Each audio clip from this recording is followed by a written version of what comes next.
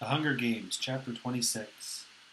I spew the berries from my mouth, wiping my tongue with the end of my shirt to make sure no juice remains.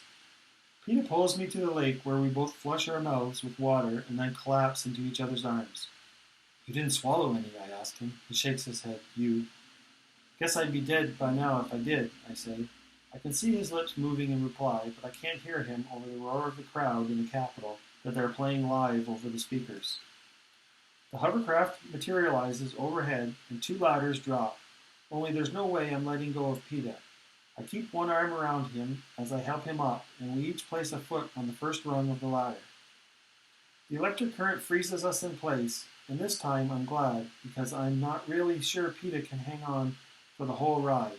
And since my eyes were looking down, I can see that while our muscles are immobile, nothing is preventing the blood from draining out of Peta's leg. Sure enough, the minute the door closes behind us and the current stops, he slumps to the floor unconscious.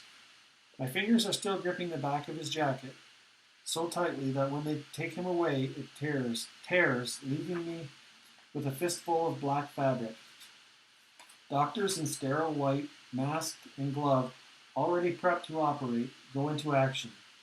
He is so pale and still on a silver table, tubes and wires springing out of him every which way, and for a moment I forget we're out of the games, and I see the doctor as just one more threat, one more pack of mutts designed to kill him.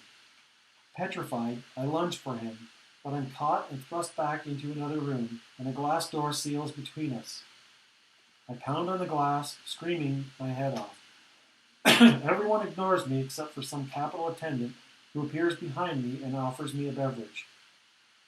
I slump down on the floor, my face against the door, staring uncomprehendingly at the crystal glass in my hand. Icy cold, filled with orange juice, a straw with a frilly white collar.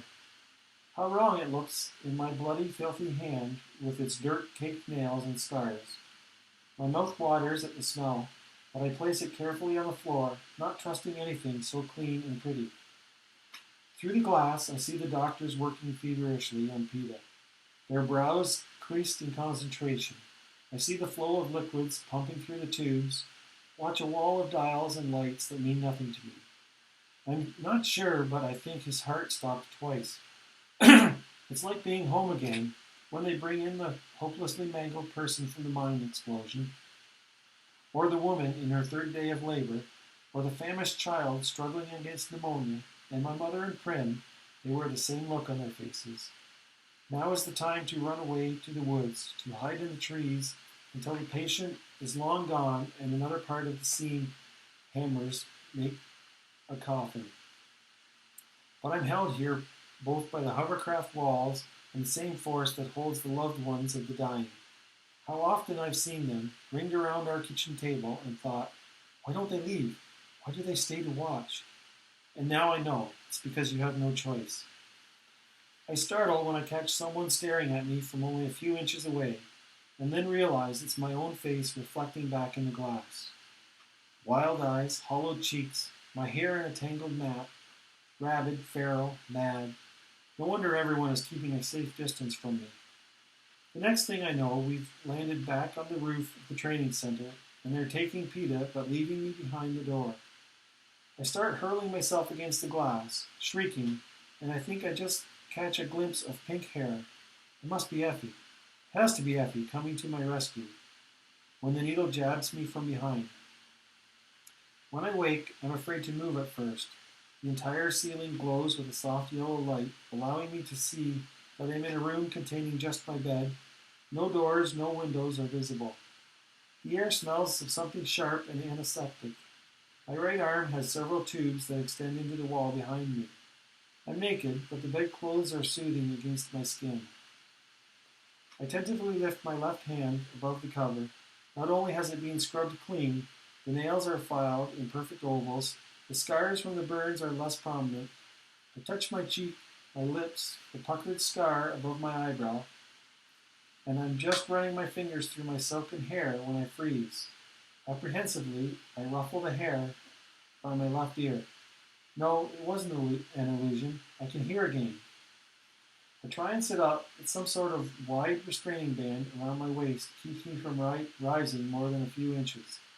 The physical confinement makes me panic, and I'm trying to pull myself up and wiggle my hips through the band when a portion of the wall slides open and in steps the red-headed Avox girl carrying a tray. The sight of her calms me, and I stop trying to escape. I want to ask her a million questions, but I'm afraid any familiarity would cause her harm. Obviously, I'm being closely monitored. She sets the tray across my thighs and presses something that raises me to a sitting position.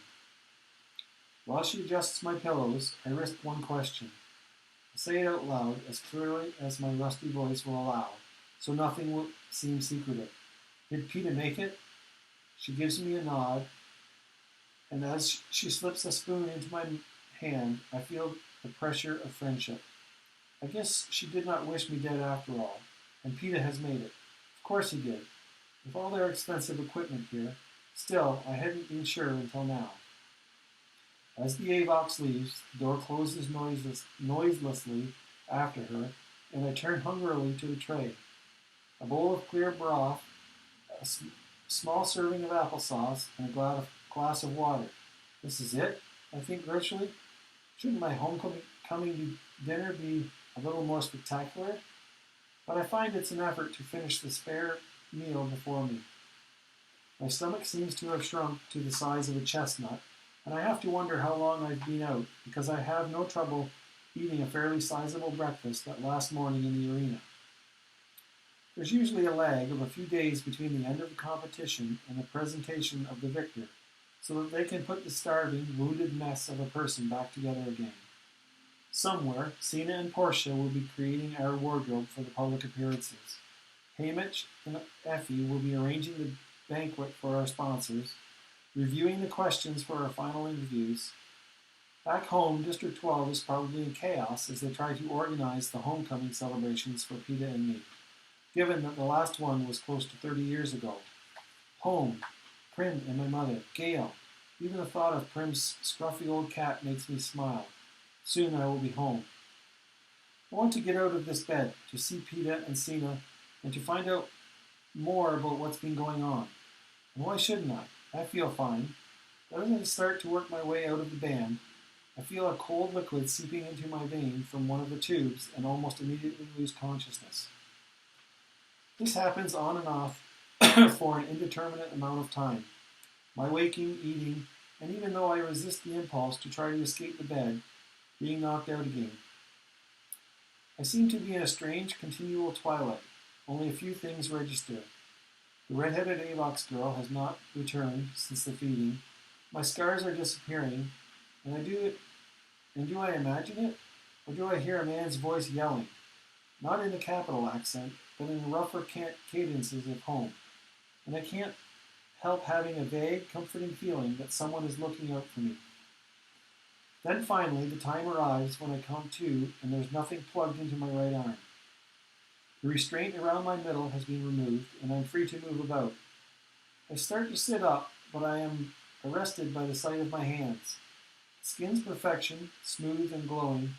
Not only are the scars from the arena gone, but those accumulated over the years of hunting have vanished without a trace. My forehead feels like satin, and when I try to find the burn on my calf, there's nothing. I slip my legs out of bed, nervous about how they will bear my weight, and find them strong and steady. Lying at the foot of the bed is an outfit that makes me flinch. It's what all of us tributes wore in the arena. I stare at it as if it had teeth until I remember that, of course, this is what I will wear to greet my team.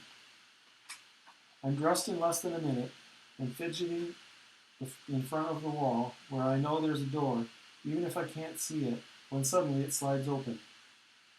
I step into a wide, deserted hall that appears to have no other doors in it, but it must, and behind one of them must be Peter. Now that I am conscious and moving, I'm growing more and more anxious about him.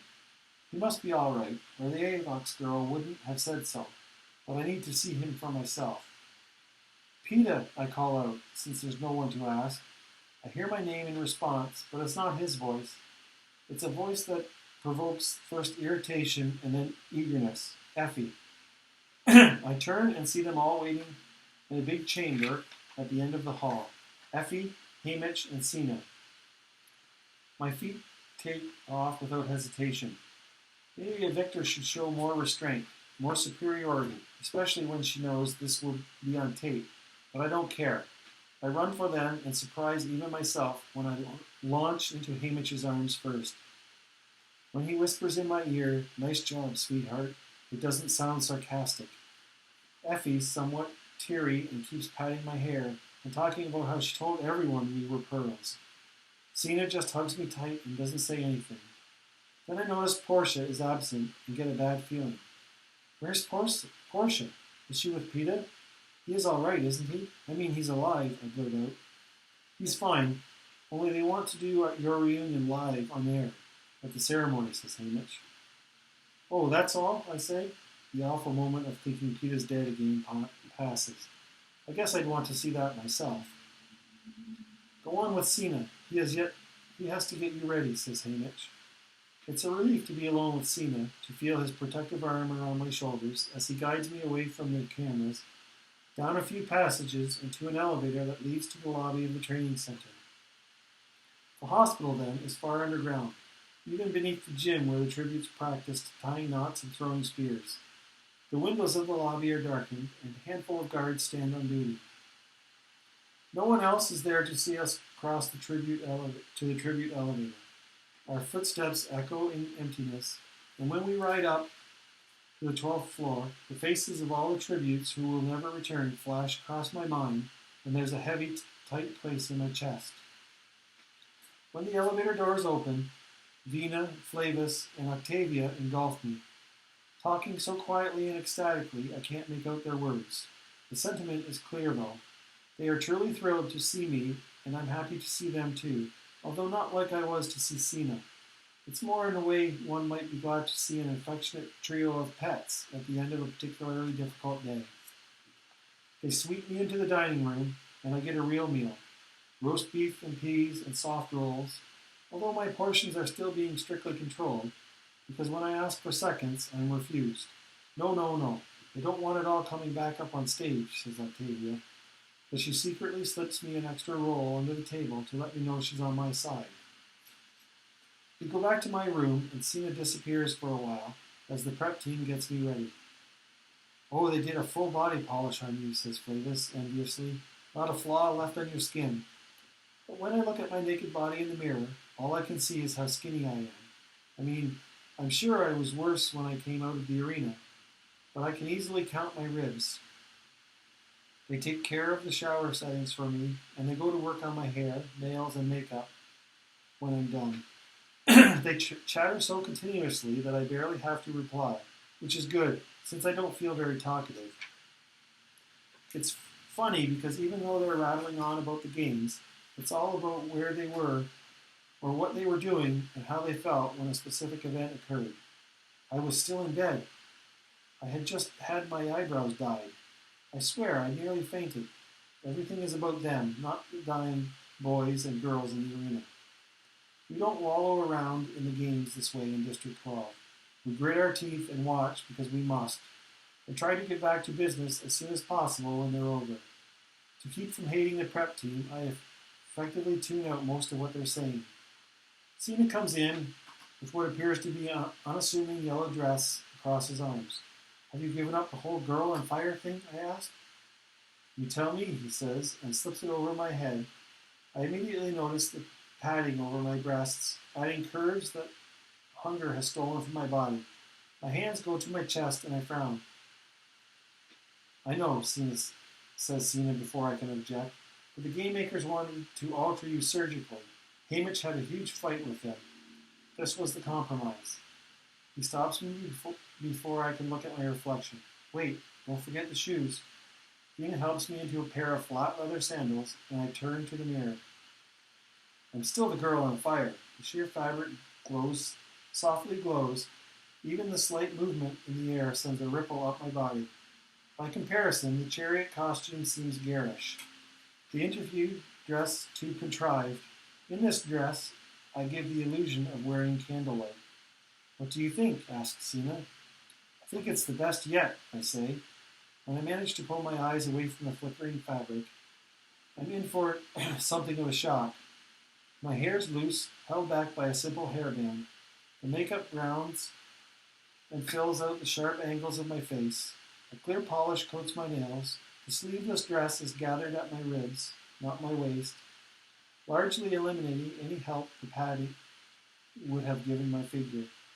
The hem falls just to my knees. Without heels, you can see my true stature. I look, very simply, like a girl, a young one, 14 at the most, innocent, harmless. Yes, it is shocking that Sina has pulled this off when you remember I've just won the games. This is a very calculated look. Nothing Sina designs is arbitrary. I bite my lip, trying to figure out his motivation. I thought it'd be something more sophisticated looking, I say. I thought Peeta would like this better, he answers carefully. Peeta? No, it's not about Peeta, it's about the capital and the game makers in the audience. Although I do not yet understand Sina's design, it's a reminder the games are not quite finished. And beneath his benign reply, I sense a warning of something he can't even mention in front of his own team. We take the elevator to the level where we trained. It's customary for the victor and his or her support team to rise from beneath the stage. First the prep team, followed by the escort, the stylist, the mentor, and finally the victor. Only this year, with two victors, we share both an escort and a mentor.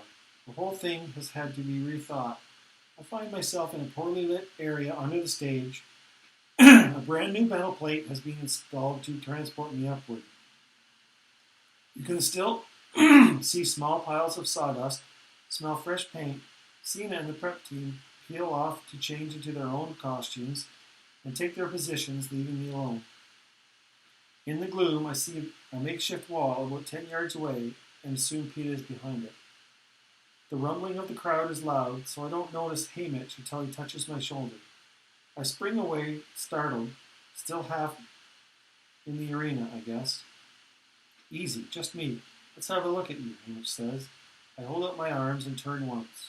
Good enough? It's not much of a compliment. But what? I say. Hamish's eyes shift around my musty holding space, and he seems to make a decision. But nothing. How about a hug for luck? Okay, that's an odd request from Hamish. But after all, we are victors. Maybe a hug for luck is in order. Only when I put my arms around his neck, I find myself trapped in his embrace. He begins talking, very fast, very quietly in my ear, my hair concealing his lips. Listen up, you're in trouble. Word is the capital's fears about you showing them up in the arena. The one thing they can't stand is being laughed at, and they're the joke of Panam, says Hamish. I feel dread coursing through me now, but I laugh as though Hamish is saying something completely delightful, because nothing is covering my mouth. So what? Your only defense can be you were so madly in love you weren't responsible for your actions. Hamish pulls back and adjusts my hairband. Got it, sweetheart? We could be talking about anything now. Got it, I say. Did you tell Peeta this? Don't have to, says Hamish. He's already there. But you think I'm not? I say, taking the opportunity to straighten a bright red bow tie Sina must have wrestled him into. Since when does it matter what I think, says Hamish. Better take our places. He leads me to the metal circle. This is your night, sweetheart. Enjoy it. He kisses me on the forehead and disappears into the gloom. I tug on my skirt, willing it to be longer, wanting it to cover the knocking in my knees. Then I realize it's pointless. My whole body is shaking like a leaf. Hopefully, it will be put down to excitement. After all, it's my night. The damp, moldy smell beneath the stage threatens to choke me. A cold, clammy sweat breaks out on my skin, and I can't rid myself of the feeling that the boards above my head are about to collapse, to bury me alive under the rubble. When I left the arena, when the trumpets played, I was supposed to be safe, from then on, for the rest of my life. But if what Hamish says is true, and he's got no reason to lie, I've never been in such a dangerous place in my life. It's so much worse than being hunted in the arena. There I could only die. End of story. But out here, Prim, my mother, Gail, people of District 12, Everyone I care about back home could be punished if I can't pull off the girl-driven crazy by love scenario Hamish has suggested. Still, I have a chance, though. Funny, in the arena, when I poured out those berries, I was only thinking about outsmarting the game makers, not how my actions would reflect on the Capitol. But their Hunger Games are their weapon, and you are not supposed to be able to defeat it. So now the Capitol will act as if they've been in control the whole time, as if they orchestrated the whole event, right down to the double suicide. But that will only work if I play along with them. And PETA. PETA will suffer too if this goes wrong. But what was it Hamish said when I asked him if he had told PETA the situation? That he had to pretend to be desperately in love? Don't have to, he's already there. Already thinking ahead of me in the game, and well aware of the danger we're in, or already desperately in love. I don't know. I haven't even begun to separate out my feelings about PETA. It's too complicated. What I did as part of the games, as opposed to what I did out of anger at the Capitol, or because of how it would be viewed back in District 12, or simply because it was the only decent thing to do, or what I did because I cared about him. These are questions to be unraveled back home, in the peace and quiet of the woods, when no one is watching. Not here, with every eye upon me. But I won't have that luxury for who knows how long. And right now, the most dangerous part of the Hunger Games is about to begin. End of chapter 26.